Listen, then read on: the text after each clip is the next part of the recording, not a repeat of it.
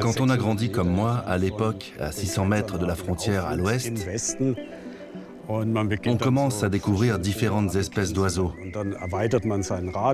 On agrandit le périmètre et on se rend vite compte que beaucoup d'espèces rares qui avaient disparu du paysage bavarois avaient trouvé refuge dans ce corridor frontalier avec la RDA.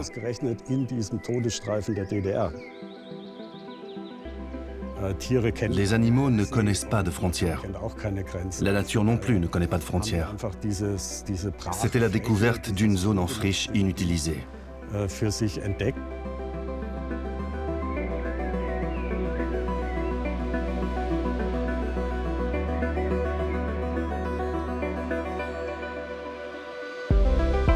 Un ruban de nature insoupçonnée parcourt l'Europe sur plus de 12 000 km. 3 000 réserves naturelles, à travers les plus grands écosystèmes de notre continent, forment une ligne de vie, le long d'une ancienne ligne de mort, celle du rideau de fer. Au lendemain de la Seconde Guerre mondiale, l'Europe est coupée en deux par une barrière infranchissable qui sépare les pays communistes du bloc de l'Est des grandes puissances occidentales. Depuis la mer de Barents, dans le Grand Nord Arctique, jusqu'à la péninsule balkanique, des milliers de kilomètres de murs, de no man's land et de patrouilles en armes forment la frontière la plus militarisée du monde. La nature, elle, même si elle a été bouleversée par endroits, a incroyablement profité de la présence de ce rideau de fer. Pendant des décennies, loin des nuisances humaines, à l'abri de cette frontière, elle s'est déployée.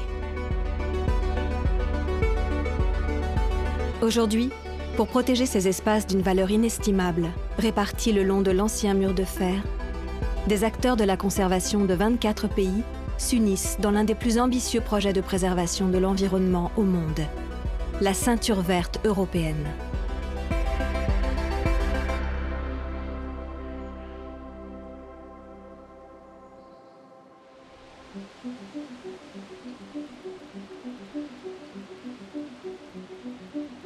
Depuis la disparition du rideau de fer, l'Europe centrale est en pleine croissance.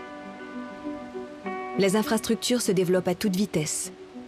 L'urbanisation et les terres cultivées grappillent chaque jour un peu plus d'espace naturel.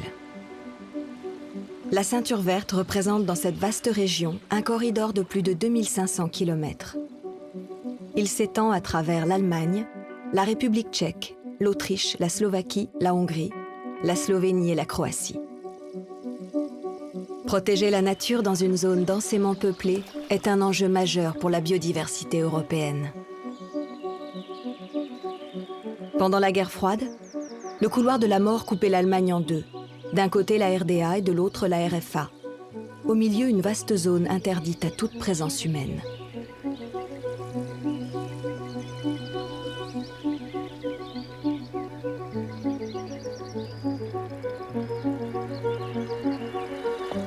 Lorsqu'il est adolescent, Kai Frobel, le père fondateur de la ceinture verte européenne, réalise que dans ce no man's land, un écosystème riche et diversifié s'est constitué au fil des années. Là où la guerre empêche les hommes de circuler, la nature sauvage reprend possession des lieux. Ce petit ruisseau, c'est la Föritz. C'est le lieu où est née l'idée de la ceinture verte. Je venais ici quand j'étais jeune. Il y a maintenant plus de 50 ans, j'ai commencé à recenser systématiquement les animaux rares présents le long de la frontière. De ce côté, c'était la République fédérale d'Allemagne et là où je me trouve, la République démocratique d'Allemagne. La clôture qui marquait la séparation était un peu plus loin en retrait. Mais il arrivait que les soldats de la RDA patrouillent ici. J'aurais pu alors me faire arrêter. Le risque était qu'ils croient que j'étais un fuyard qui essayait de parcourir les derniers mètres pour m'échapper en RFA. Ils auraient pu alors me tirer dessus. Tous ces moments d'observation des espèces rares étaient donc associés à de forts battements de cœur et à une bonne dose d'angoisse. Ce paisible ruisseau était alors le point de jonction entre deux blocs de pouvoir et l'une des frontières les plus surveillées au monde. En novembre 1989, le mur de Berlin tombe et la frontière disparaît. Une nature préservée des activités humaines se dévoile alors. Pour les défenseurs de l'environnement, il est urgent d'agir pour la protéger. Ceci est l'acte de naissance de la ceinture verte. Directement après la chute du mur de Berlin, nous avons invité des naturalistes et des protecteurs de l'environnement de l'Allemagne de l'Est à nous rencontrer. 26 personnes s'étaient inscrites, mais 400 participants sont venus de toute la RDA. J'ai présenté le résultat de mes observations sur la frontière et nous avons pris la résolution à l'unanimité de protéger l'ensemble de la ceinture verte. C'est à ce moment-là que j'ai formulé pour la première fois le nom de ceinture verte. Et à l'époque, nous avons déjà évoqué la dimension européenne du projet dès le 9 décembre 1989.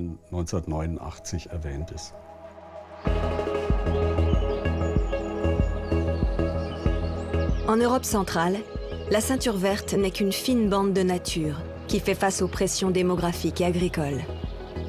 Conserver son intégrité est alors capital afin de sauvegarder une multitude d'écosystèmes sensibles.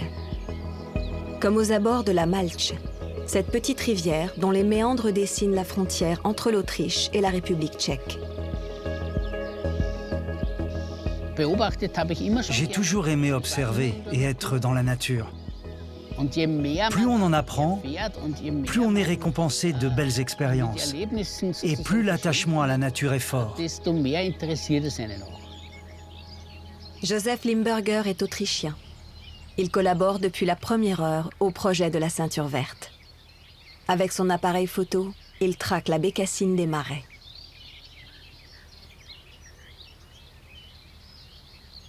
Durant la guerre froide, cet oiseau délicat a trouvé ici un refuge. Une quiétude assurée par les gardes en armes et les barbelés. La bécassine est un petit oiseau limicole. Elle a un bec très long et puissant dont elle se sert comme d'une petite pince. Elle a besoin de sols humides et boueux dans lesquels elle va chercher sa nourriture.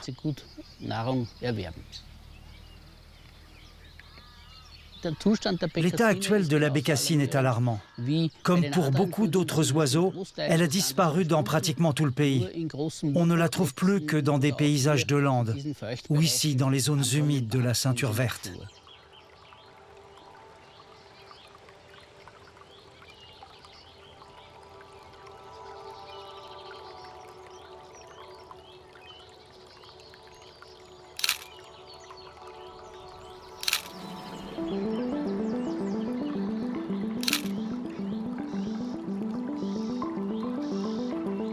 Nous savons que le nombre d'insectes a reculé de 70 à 80%.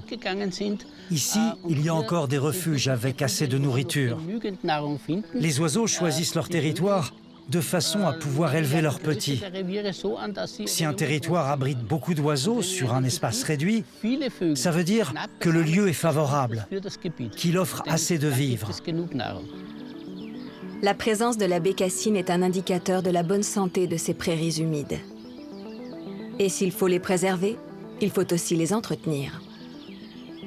Pendant la période du rideau de fer, les militaires maintenaient ces espaces ouverts pour mieux contrôler la frontière. Depuis 2014, ce sont des buffles d'eau originaires d'Asie qui se chargent de réguler la croissance de la végétation. Sans eux, ces prairies se transformeraient peu à peu en forêt et la bécassine verrait son refuge disparaître. Les buffles d'eau sont des animaux vraiment adaptés à l'eau. Ils creusent eux-mêmes leurs mares de boue dans lesquelles ils s'allongent. Ça attire les oiseaux limicoles et les amphibiens. Ainsi, ils n'ont ici que des effets positifs.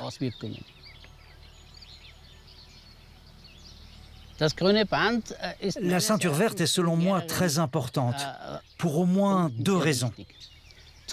Premièrement, c'est une sorte de mémorial de ce funeste rideau de fer qui séparait les hommes et les animaux. Seuls les oiseaux pouvaient aller d'un côté à l'autre. Et deuxièmement, c'est cet habitat qui se maintient.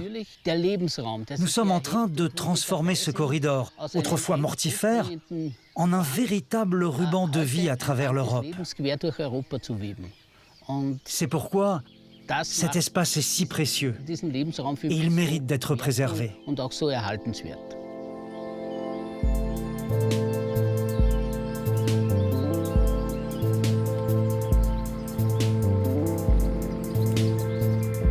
Dans cette partie de l'Europe centrale, depuis la fin de la guerre froide, la nature a été bouleversée par une urbanisation galopante, des industries polluantes, une agriculture productiviste. La ceinture verte représente donc un espace protégé qui peut servir à sensibiliser les citoyens à la richesse de ce patrimoine naturel. Dans les prairies qui bordent la Malche, une multitude de plantes endémiques s'offre à qui prend le temps de les observer. Une grande variété de fleurs, dont certaines sont comestibles, poussent ici. Teresa Kugler est passionnée de botanique. Elle partage son savoir en proposant des ateliers de découverte des plantes sauvages. Ça, c'est la brunelle. Elle a des fleurs violettes. C'est une plante qui purifie et nettoie le corps. Tu la consommes aussi en tisane? Oui, je la consomme en tisane. Mais c'est très amer. Ce que je veux, c'est rapprocher les gens de la nature. Leur faire découvrir que les plantes sont des ambassadrices et qu'ils apprennent à les comprendre.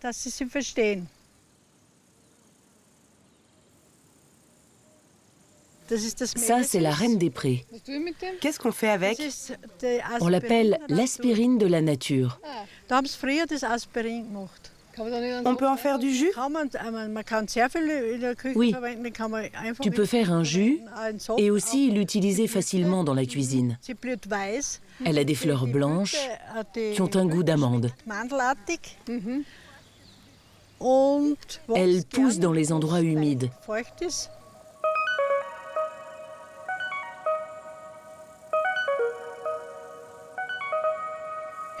L'héritage de nos anciens est un savoir que je veux transmettre. Il doit être remis en valeur, car il est malheureusement tombé dans l'oubli. Il faut que les gens réutilisent les plantes. L'être humain, l'animal et la plante ne forment qu'un. Chacun a besoin l'un de l'autre.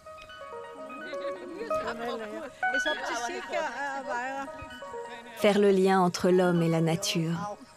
Rendre aux yeux du public la préservation de ce patrimoine naturel plus concret dans un pays urbanisé comme l'Autriche est un enjeu important de la ceinture verte en Europe centrale.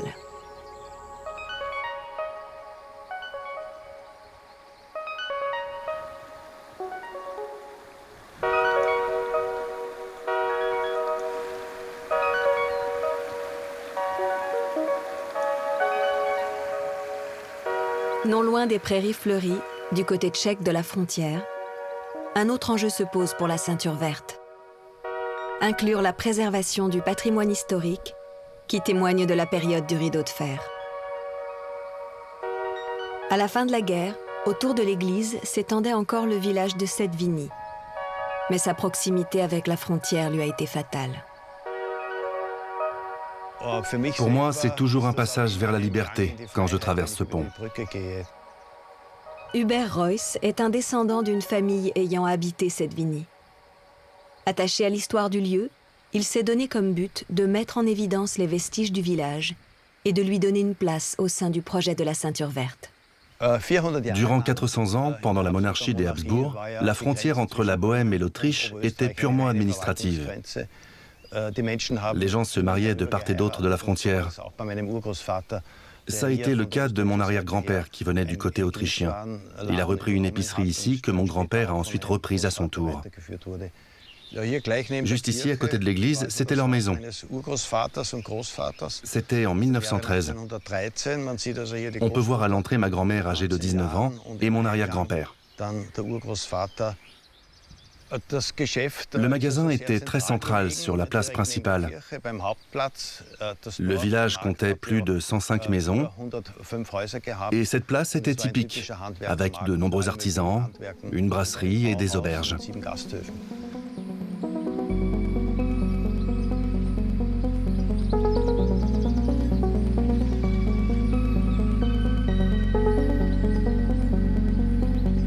Peu après l'apparition du rideau de fer, le village vit ses dernières heures. Les autorités communistes décident de détruire cette vinie et de renvoyer les habitants autrichiens de l'autre côté de la frontière. Le rideau de fer était organisé de façon à ce qu'il y ait ici une zone fermée d'environ 1 à 2 km, puis une zone d'exclusion d'environ 10 km. Dans cette zone fermée, l'ordre a été donné en 1952 de raser tous les villages, toutes les maisons. Et cela incluait aussi cette vinie. En 1956, tout sauf l'église, le poste des douanes et la caserne a été complètement détruit. Je m'en souviens encore très bien. On pouvait tout voir depuis le côté autrichien de la frontière. Les gens ici étaient abasourdis, impuissants. Ils n'ont rien pu faire à part regarder leur maison être totalement détruite.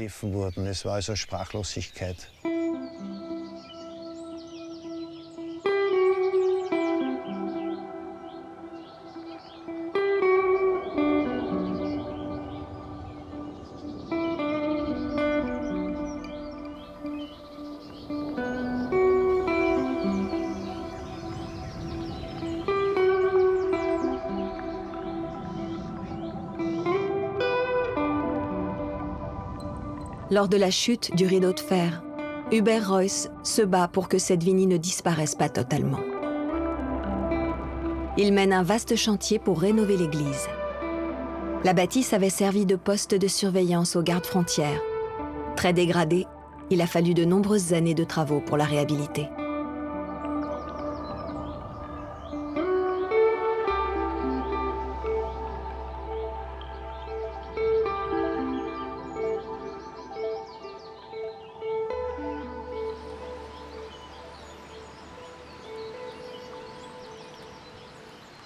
Plus au sud, la Drave marque une frontière naturelle entre la Croatie et la Hongrie.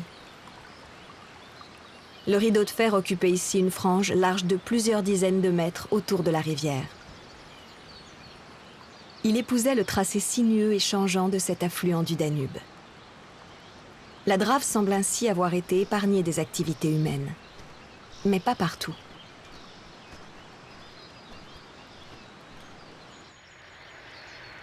Darko Grlica est né en Croatie. Il est ornithologue et président de la Société d'histoire naturelle de la Drave.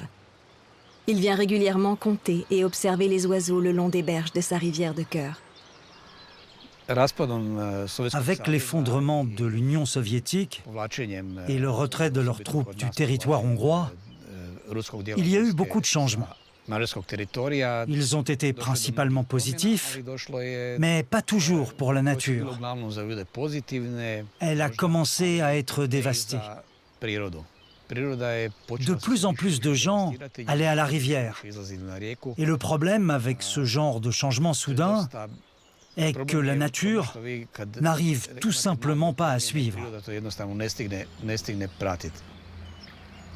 Chaque année, depuis 18 ans, sur sa petite embarcation, Darko sillonne le cours d'eau sur des dizaines et des dizaines de kilomètres. Il note soigneusement les espèces rencontrées, l'emplacement de chaque animal observé.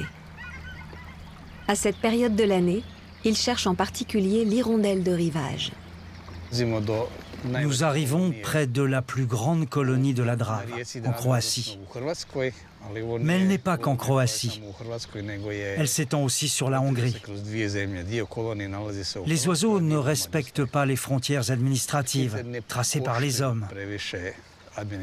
Ils cherchent seulement un bon endroit pour faire leur nid.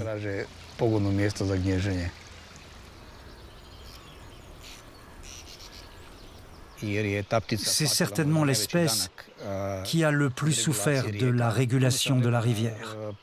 J'ai passé beaucoup de temps à essayer de comprendre comment marchaient leurs galeries et le fonctionnement de leurs colonies. Toutes sont contrôlées régulièrement depuis plusieurs années. Malheureusement, le nombre d'oiseaux décroît encore.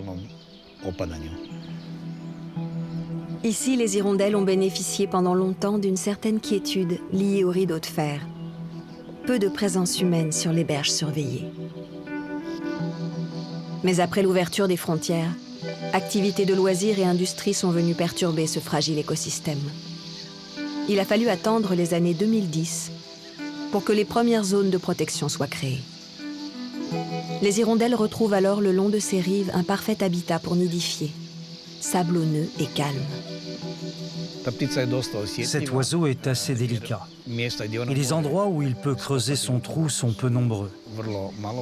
Il cherche une roche de composition sédimentaire idéale, sableuse, mais assez solide pour que le trou soit stable et ne se rebouche pas. D'un autre côté, elle doit être assez molle pour que l'oiseau puisse y creuser. En 2005, dans les 250 derniers kilomètres de la Drave, il y avait 12 000 couples. Ce nombre a chuté à environ 3 000 couples aujourd'hui.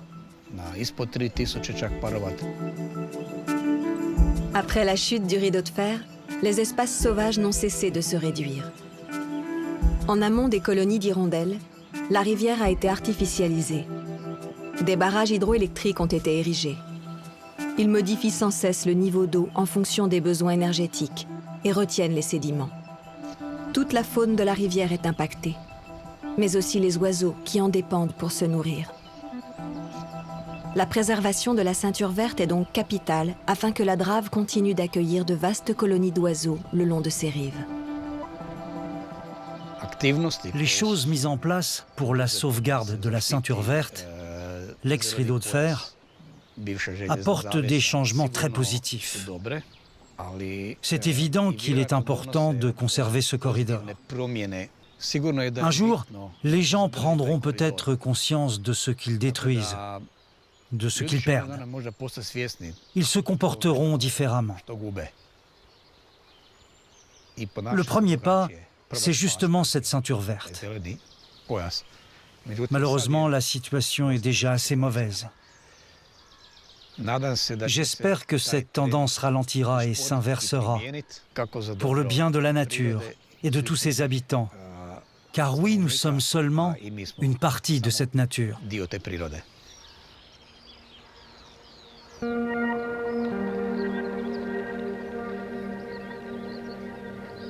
Plus au nord, la ceinture verte traverse la forêt bavaroise. Située entre l'Allemagne et la République tchèque, ce massif est la plus vaste étendue boisée d'Europe centrale.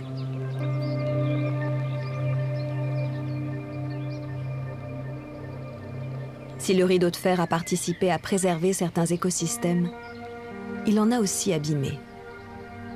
Pendant la guerre froide, la forêt était littéralement coupée en deux par une frange militarisée sur près de 100 km. Si le rideau de fer a protégé la forêt en maintenant l'homme loin de ses collines boisées pendant plus de 40 ans, il a aussi altéré l'écosystème en profondeur, en abîmant un trésor enfoui dans le sol, les tourbières. Ivana Bufkova est géobotaniste sur le parc de Šumava et responsable de la préservation des zones humides. Elle connaît la délicatesse de cet écosystème fragile et cherche à le restaurer. Šumava est une ancienne chaîne de montagnes couverte à 80% par des forêts. 10% de Šumava sont des tourbières, ce qui est une proportion assez élevée. C'est assez inhabituel en Europe centrale. Ces zones datent de la dernière ère glaciaire, il y a 20 000 ans. Toute la région était constituée de toundra, comme nous le voyons ici autour de nous. Mais le climat s'est réchauffé progressivement et ces zones humides, la taïga et la toundra, se sont transformées en tourbières.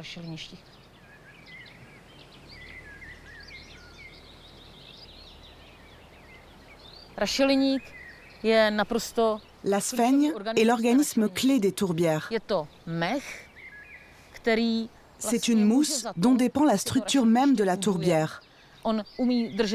Elle a la capacité de retenir un maximum d'eau.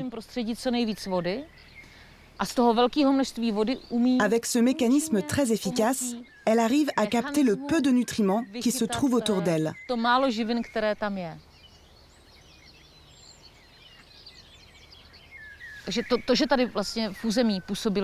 Au cours du dernier siècle, cet endroit a été pendant plusieurs années une zone militaire. Ça a eu un double impact sur le territoire de Šumava, majoritairement positif. Une grande partie a été épargnée par les aménagements des hommes qui ont envahi le reste du pays. Ici, la construction était limitée. Il n'y avait pas trop d'activités polluantes en lien avec l'agriculture, par exemple. Mais l'impact n'a pas été que positif. La construction du rideau de fer a aussi limité les déplacements de grands vertébrés à travers la montagne. Et c'est de cela que nous devons nous occuper aujourd'hui. Si la construction du rideau de fer, puis la circulation incessante des véhicules militaires et des patrouilles ont altéré les tourbières, leur détérioration avait commencé bien avant. Dès le début du XXe siècle, des milliers d'hectares de tourbières et de prairies ont été asséchés pour l'exploitation forestière et agricole. De profonds fossés ont été creusés pour drainer l'eau vers les rivières. Afin de restaurer le cheminement naturel de l'eau, Lukas Linhart et Ivana organisent régulièrement des chantiers de réhabilitation des milieux humides avec l'aide des habitants de la région. On va s'installer là, à côté des épicéas. Je voudrais vous montrer quelque chose. Ici, il y avait un fossé que nous avons rebouché. Et en dessous, la source s'est reformée. Avant, il y avait un sillon qui descendait la pente. On a redessiné ce ruisseau. Et maintenant, l'eau coule parfaitement à travers la prairie pour rejoindre le cours d'eau d'origine.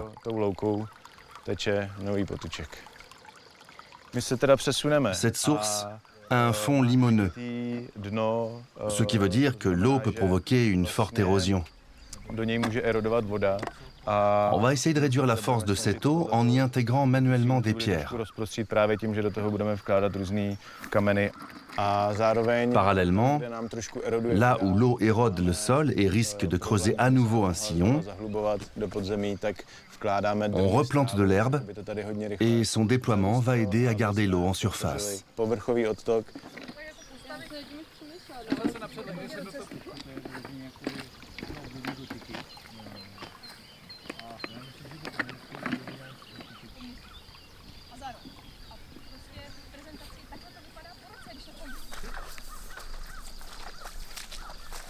Lukas et Zuzana Urbanova, chercheuses en écologie des milieux humides, viennent constater l'évolution d'une parcelle restaurée. Les effets de ce travail de longue haleine, initié il y a plus de 20 ans, commencent à être visibles.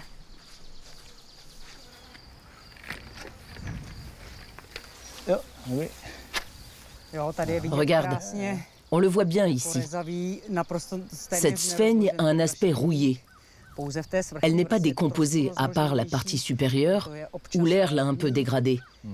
Cette partie-ci est vraiment submergée en permanence.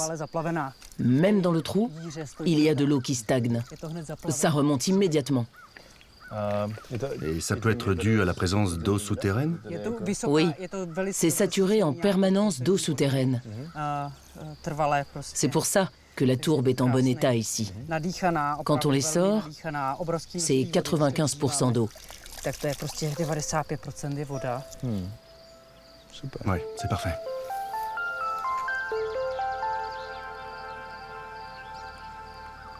Les tourbières constituent un habitat unique pour une multitude d'insectes, comme le damier de la Succise ou encore le Carabus menetriesi, un scarabée protégé qui dépend de ce milieu humide.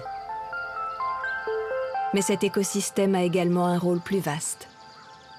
L'eau contenue dans les tourbières régule la température de la forêt et représente un gigantesque réservoir qui alimente de nombreuses rivières parcourant le pays. Ces zones, abîmées par l'homme au cours de l'histoire, ont besoin aujourd'hui de son aide pour retrouver leur splendeur d'antan et leur pleine fonctionnalité environnementale. Moi, je m'occupe de l'eau et des zones humides parce que j'aime ça. Plus nous renouvelons le réseau d'eau dans la région, plus nous rendons la vie aux ruisseaux et aux zones humides. Cela donne un sens à ma vie. Il n'existe pas de meilleure sensation que lorsque vous arrivez à faire revivre un ruisseau qui se trouvait pendant des années à 2 mètres sous terre, parfois même dans une canalisation. De pouvoir voir onduler à travers le paysage un cours d'eau où reviennent des écrevisses et au-dessus duquel dansent des libellules, c'est tout simplement magnifique.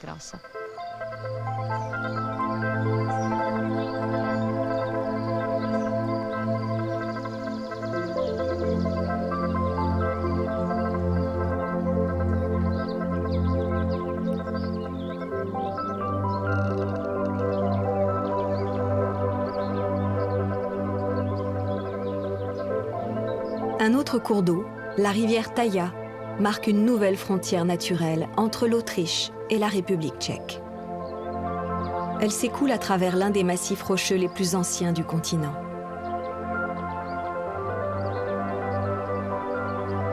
Pendant la guerre froide, cette région était coupée du reste du monde. Les ponts ont été détruits pour empêcher tout passage, des barbelés érigés le long des rives. L'isolement de la région a permis le développement d'une nature luxuriante, même si les animaux terrestres n'étaient pas toujours libres de leurs mouvements. Alors, quand le rideau de fer est tombé, Tchèques et Autrichiens ont uni leurs forces pour protéger ce territoire comme un seul et même espace. Aujourd'hui, les parcs de Tajatal et de Podyji couvrent 7000 hectares sur les 2 pays. Les barbelés sont tombés et les animaux peuvent de nouveau circuler librement. Un élément déterminant pour la sauvegarde du chat sauvage d'Europe.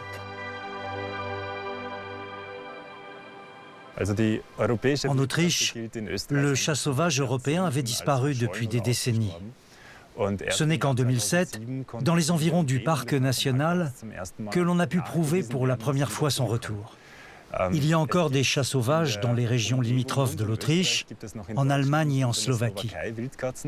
Ces dernières années, nous avons pu prouver qu'il avait migré depuis le centre de l'Allemagne, probablement le long de l'ancien rideau de fer jusqu'ici, dans le parc national de Tajatal.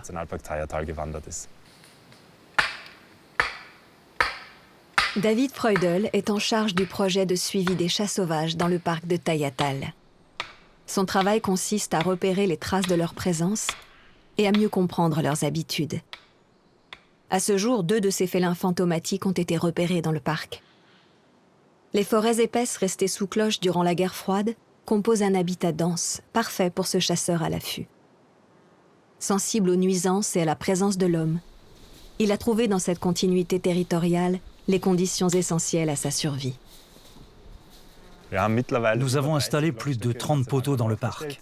Ils sont disposés aux endroits où nous pensons que les chats circulent, c'est-à-dire là où il y a des couloirs de déplacement.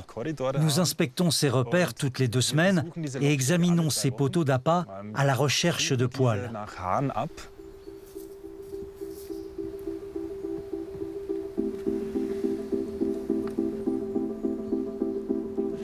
Ensuite, on les asperge de valériane. C'est comme un aphrodisiaque pour les chats. Ils adorent ça et en se frottant dessus, ils laissent des échantillons de poils.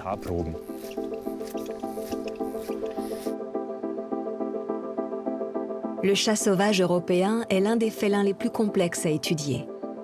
Rare, de petite taille, craintif et principalement nocturne. C'est pourquoi David et son équipe ont recueilli quelques chats sauvages qui vivent ici en captivité. Confiés par un zoo, ils sont devenus inadaptés à la vie en liberté. Leur présence permet de sensibiliser les visiteurs du parc et de rendre visible la protection de cette espèce si difficile à observer dans son habitat naturel. Il est particulièrement difficile de prouver l'existence du chat sauvage européen parce qu'il ressemble beaucoup au chat domestique. Le chat domestique est originaire d'Égypte et a été importé en Europe par les Romains, tandis que le chat sauvage européen est l'espèce originelle des forêts d'Europe.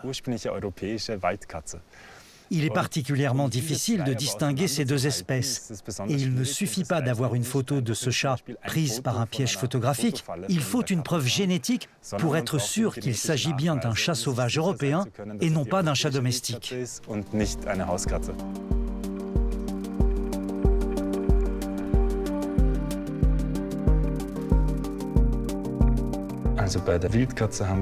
Chez le chat sauvage, on a cette queue bien touffue. Les anneaux sur la queue ne sont pas reliés entre eux.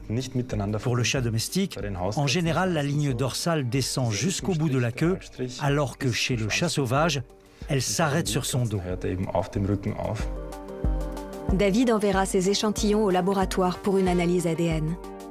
Les résultats lui permettront de mener un suivi des 2 individus sauvages du parc et surtout de détecter un éventuel développement de la population. Le chat sauvage européen est très rare en Autriche. C'est un véritable événement quand on en découvre un. Notre but est de prouver un jour qu'il y a des descendants du chat sauvage en Autriche, c'est-à-dire que ces derniers se reproduisent aussi ici. Cela changerait leur statut d'espèce éteinte en une population propre. Jusqu'à présent, en Autriche, on n'a pu voir que des adultes. On n'a pas pu prouver pour le moment qu'il y avait des chats nés ici. C'est pourquoi on ne peut pas encore parler d'une population autrichienne. Mais dès que l'on pourra le prouver génétiquement, on pourra parler d'une population propre à l'Autriche.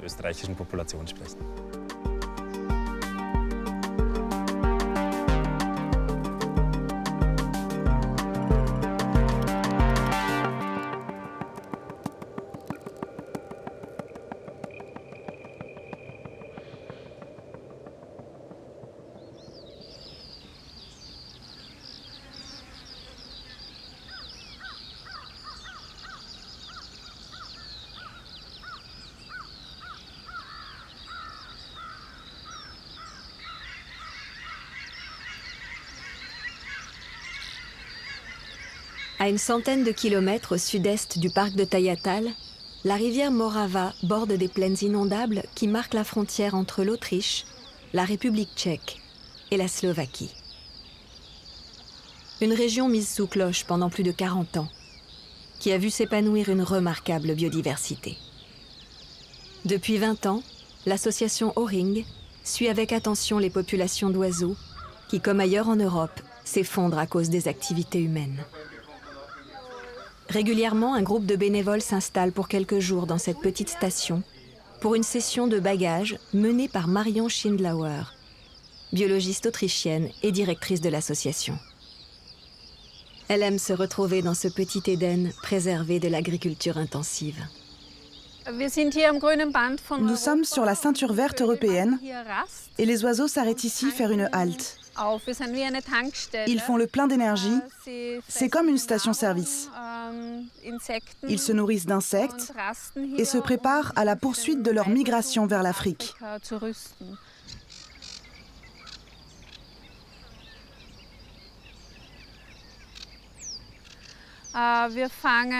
Nous capturons des oiseaux dans des filets à partir du mois de juillet jusqu'à l'automne. Toutes les heures, les filets sont relevés et ensuite, on les ramène à la station de bagages.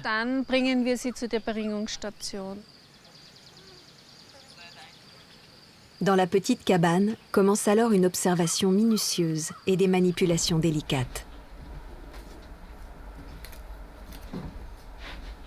Chaque oiseau est marqué d'une bague, véritable pièce d'identité. Ainsi, il pourra être identifié où qu'il soit sur la planète grâce à une base de données accessible aux ornithologues. Âge, lieu de capture, distance parcourue, autant de données capitales à l'échelle internationale pour mieux préserver les milieux qui accueillent les oiseaux tout au long de leur migration. La ceinture verte aide beaucoup les oiseaux. Partout ailleurs, le paysage est aménagé, alors qu'ici, c'est encore une zone où ils peuvent venir se ravitailler et tranquillement élever leurs petits. Et ça, c'est grâce à la ceinture verte et à tous les efforts qui sont faits pour la protection de la nature. Ute Nusken travaille avec l'association depuis plus de 5 ans et elle est pour sa part responsable du suivi des amphibiens. Elle s'est entièrement dédiée à ces petits animaux, très sensibles au moindre bouleversement de leur environnement.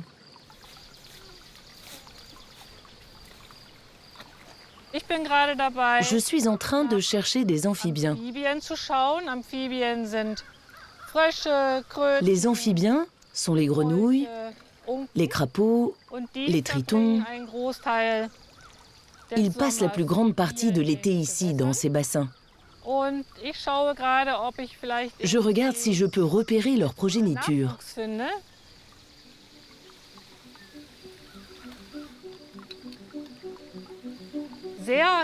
Pendant une grande partie de l'année, on trouve ici des crapauds sonneurs à ventre de feu. Un animal sublime. Il est tout tacheté. Il a une formidable stratégie de défense. Il montre ses taches colorées sur le ventre et signale ainsi à son prédateur « Toi, tu ferais mieux de ne pas me manger, je ne suis pas comestible. » Aujourd'hui, en plus des activités humaines, les bouleversements climatiques mettent en danger ces milieux fragiles. Cette zone humide l'est de moins en moins, ce qui menace grandement les cycles de vie des amphibiens. Grâce à des bassins dont l'association peut artificiellement réguler le niveau d'eau, leur reproduction est assurée. Un atout pour toute la biodiversité. Les amphibiens sont de formidables régulateurs de nuisibles. Ils sont aussi une importante source de nourriture pour de nombreuses espèces. Si tout ce milieu se trouvait en déséquilibre, alors, avec la disparition d'une seule espèce, tout un système viendrait à s'effondrer. Le travail réalisé par Ute et Marion est primordial. Il permet de reconnecter les hommes à la nature. Au-delà du suivi des oiseaux et des amphibiens, l'association offre la possibilité aux bénévoles d'avoir un contact direct avec la vie sauvage.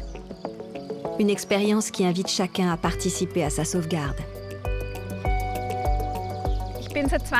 Cela fait 20 ans que je suis biologiste et 10 ans que je travaille pour l'association O-Ring. Ce qui me motive jour après jour, c'est qu'il y a toujours de l'espoir. Nous sommes une petite communauté d'enthousiastes et nous essayons de maintenir au mieux ce territoire. J'ai un petit garçon. Alors, ce qui me motive, c'est de lui léguer quelque chose.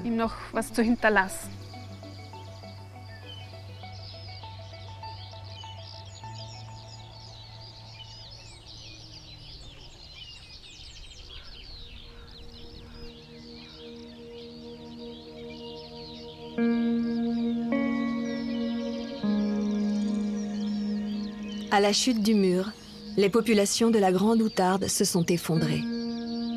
Avec la pression anthropique, les lieux de reproduction de cet oiseau ont peu à peu disparu.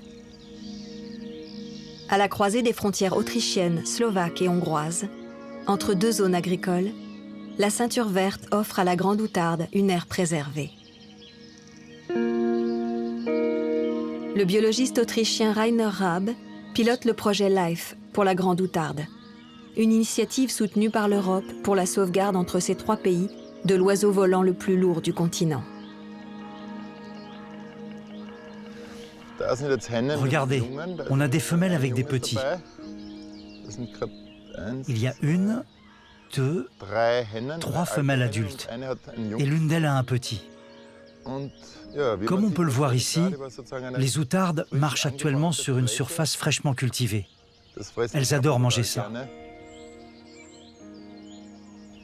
C'est vraiment le paradis des outardes en Europe centrale.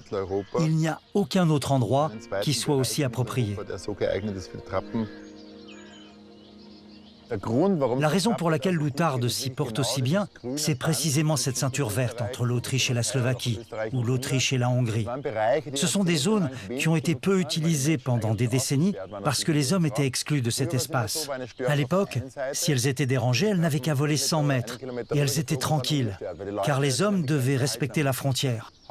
Aujourd'hui, ce n'est plus le cas. Mais les outardes se sont habituées à l'existence de ces vastes zones où elles ne sont pas dérangées. Et Dieu merci, les zones protégées restent encore très peu perturbées. La grande outarde est un oiseau très intéressant. Pourquoi? Parce qu'il y a une grande différence entre les sexes. Aucun autre oiseau ne présente une telle différence entre le mâle et la femelle. La femelle pèse 4, 5, 6 kilos, le mâle pèse 10, 12, voire 16 et jusqu'à 20 kilos. Ici, la ceinture verte semble invisible. Pas de nature sauvage abondante. Elle n'est plus qu'un mince ruban dans un paysage entièrement modelé par l'homme. Tout autour, de vastes cultures agricoles, des centaines d'éoliennes, des autoroutes. Elle vient même frôler l'une des rares grandes villes qui se dressent sur son tracé, la capitale slovaque, Bratislava. La protection des espèces n'est donc pas exclusivement une question de réserve et de parcs naturels. C'est ici, au milieu des champs cultivés par les hommes, que depuis 23 ans, Rainer œuvre à la protection des outardes. Les outardes étaient au bord de l'extinction avant le début de nos projets. Ces dernières années, des mesures intensives ont permis d'améliorer l'habitat de manière à ce qu'elles puissent à nouveau y survivre durablement.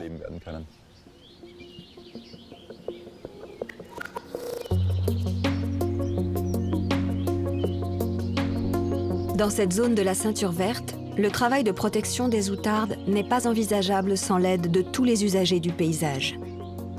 Les observations menées par Rainer ont permis par exemple de faire enterrer certaines lignes électriques. Elles représentent un grand danger pour cet oiseau qui ne vole jamais très haut. Les agriculteurs ont aussi un rôle à jouer. Plus d'1 millier d'hectares de terres cultivées appartiennent à des fermes partenaires. Elles acceptent la mise en jachère ou la fauche tardive de certaines parcelles pour épargner les nids qui se trouvent à terre. La ceinture verte veille aussi à harmoniser conservation et développement. On voit bien quand l'outarde s'envole, comme ce mâle là-bas, qu'il parcourt une grande distance. Je suis très content que les outardes aient une zone où il y a de temps en temps des dérangements. Cela fait aussi partie d'un habitat naturel. Je ne veux pas non plus que les animaux vivent un effet de zoo, qu'on réduise toute perturbation ou qu'on les enferme. Ce serait une très mauvaise solution.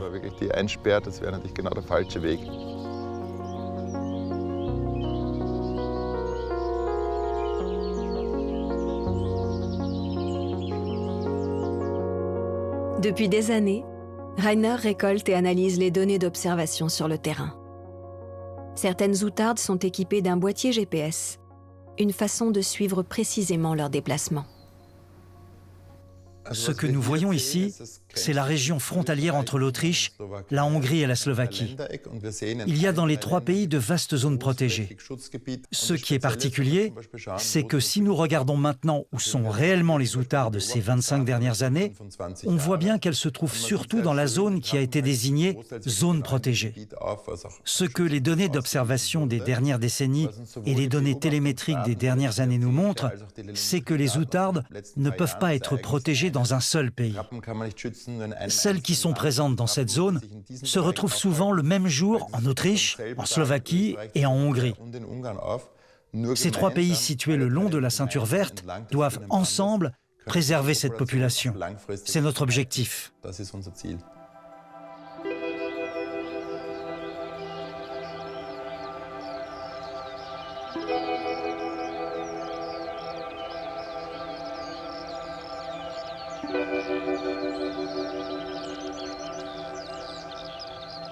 En ce moment, avec la discussion sur les friches agricoles en Europe, j'ai à nouveau remarqué à quel point notre système est sensible. Chacun sait que nous avons négocié pendant 7 ans pour nous mettre d'accord sur le fait que 4% de la surface devait rester en jachère. Nous avions même prévu jusqu'à 7% en Autriche. Et puis, avec la guerre en Ukraine, cela a été remis en question. Tout à coup, on n'a plus besoin de ces jachères. Cela peut aussi nous arriver ici, dans l'habitat de l'outarde. Du jour au lendemain, une grande partie des friches qui existaient là depuis 20-30 ans seront à nouveau labourées. Et l'espace vital ne sera plus aussi paradisiaque. Il redeviendra d'un coup comme il était il y a 40 ans. J'espère que nous parviendrons à motiver les gens à prendre la protection des outardes au sérieux, même en cas de crise. Ce n'est pas la culture de ces 4% de surface en plus qui va assurer la sécurité alimentaire. Commençons d'abord par ne plus jeter 30% des aliments. Il faut arrêter d'encourager cette culture du gaspillage.